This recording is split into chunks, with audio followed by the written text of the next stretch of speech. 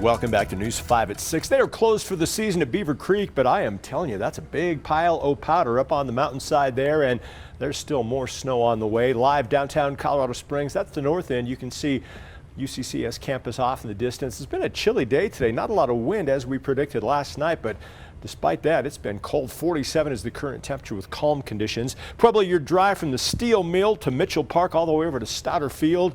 A lot of fives on News 5. 55 is your current temperature, light upslope breeze. Here's your big weather story. Here's what's going to happen later tonight into tomorrow. Strong cold front's going to blast through here later tonight. Good energy, some good lift with this thing, and an upslope component following that cold frontal passage. So all the elements in play for that beautiful four-letter word snow. It's back in the forecast, and I know you probably don't like snow on the weekend, but considering how high the fire danger has been recently, we'll take every drop of that snow. Going to see cold temperatures around here. Highs tomorrow, in fact, 10 to in some cases 15 degrees colder than what we had today. 8 o'clock tomorrow morning, if you're out and about, you'll be dashing through the snow. We'll have snow along and west of the I-25 corridor. Wrapping up by late tomorrow morning. In fact, by noon, snow will be a scarce commodity, but another secondary piece of energy coming in later in the day. This model has a little bit of snow across parts of the Pikes Peak region late tomorrow night, and some good snows between Walsenburg, Aguilar, Trinidad, all the way back into the Sangre de Cristo Mountains. Here's how much snow you get in the Springs. I think a trace to 2 will do it by late tomorrow night.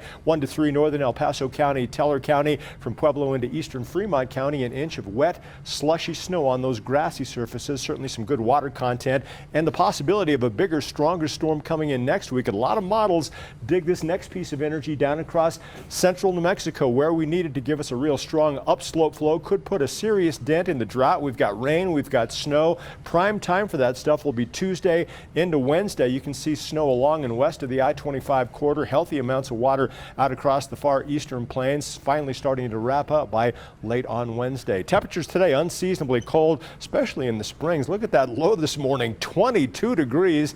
Took it back to a high of 49 this afternoon. Overnight lows tonight, thankfully not quite as cold as last night, but still much colder than where we should be this time of the year. 20s across most parts of southeastern Colorado, some lingering 30s out across the plains. And tomorrow, look how cold it's going to be. Thankfully not a lot of wind to add insult to injury. We'll have breezes out of the east anywhere from 10 to 15 miles per hour, but that's the best I can do for you. An afternoon high temperature of only 39 degrees tomorrow. A little warmer across the rest of southeastern Colorado, 40s up to around 50 in the La Junta area. Whatever you've got planned, Sunday is definitely going to be that better day. Here's your super 7-day forecast in Colorado Springs. Snowfall opportunities really strong early tomorrow morning, leveling off during the midday hours, then coming back by late tomorrow afternoon into tomorrow night.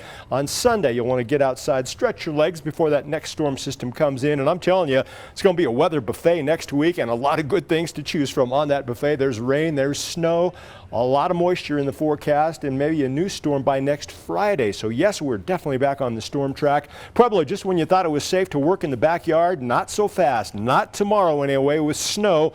Yes, a few frosted flakes for breakfast and a bigger storm next week.